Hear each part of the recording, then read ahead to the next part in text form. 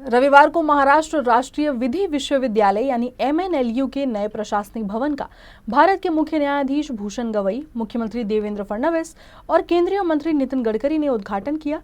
इस अवसर पर उपस्थित जनसमूह को संबोधित करते हुए मुख्यमंत्री फडणवीस ने कहा कि ये भवन राज्य और देश में कानूनी शिक्षा की उन्नति का एक मजबूत आधार है। मुख्यमंत्री ने अपने संबोधन में कहा कि प्रारंभ में इस विश्वविद्यालय को केवल मुंबई में स्थापित करने का विचार था, लेकिन बाद में छत्रपति संभाजीनगर पर विचार किया गया। हालांकि लगातार प्रयास के कारण नागपुर को यह विश्वविद्यालय प्राप्त हुआ। आज महाराष्ट्र देश का एकमात्र राज्य है जहां मुंबई, छत्रपति संभाजीनगर और नागपुर में 3 राष्ट्रीय विधि विश्वविद्यालय स्थापित किए जा रहे हैं। ये निश्चित रूप से महाराष्ट्र के लिए गौरव की बात है।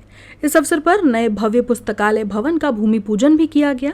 मुख्यमंत्री फडणवीस ने कहा कि राज्य सरकार ने छत्रपति संभाजीनगर में स्थापित किए जाने वाले विश्वविद्यालय के लिए आवश्यक धनराशि को मंजूरी दे दी है।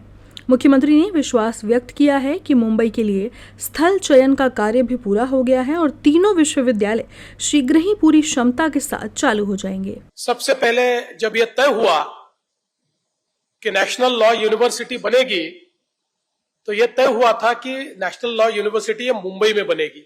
उसके बाद एक डिमांड आई कि ये केवल मुंबई में नहीं बननी चाहिए, तो फिर तय हुआ कि औरंगाबाद में छत्रपति संभाजीनगर में ये बनेगी। लेकिन आदरणीय शिरपुरकर साहब ने और फिर बोबड़े साहब ने लगातार ये आग्रह रखा कि नेशनल लॉ यूनिवर्सिटी नागपुर में भी बननी चाहिए। और फिर महाराष्ट्र सरकार ने एक बड़ा ही ऐतिहासिक निर्णय लिया, जो देश में शायद किसी और राज्य में हमको देखने को नहीं मिलेगा। तो महाराष्ट्र की सरकार ने तय किया कि महाराष्ट्र में 3 नेशनल लॉ यूनिवर्सिटीज बनेगी। एक मुंबई में बनेगी, एक छत्रपति संभाजीनगर में बनेगी और एक नागपुर में बनेगी।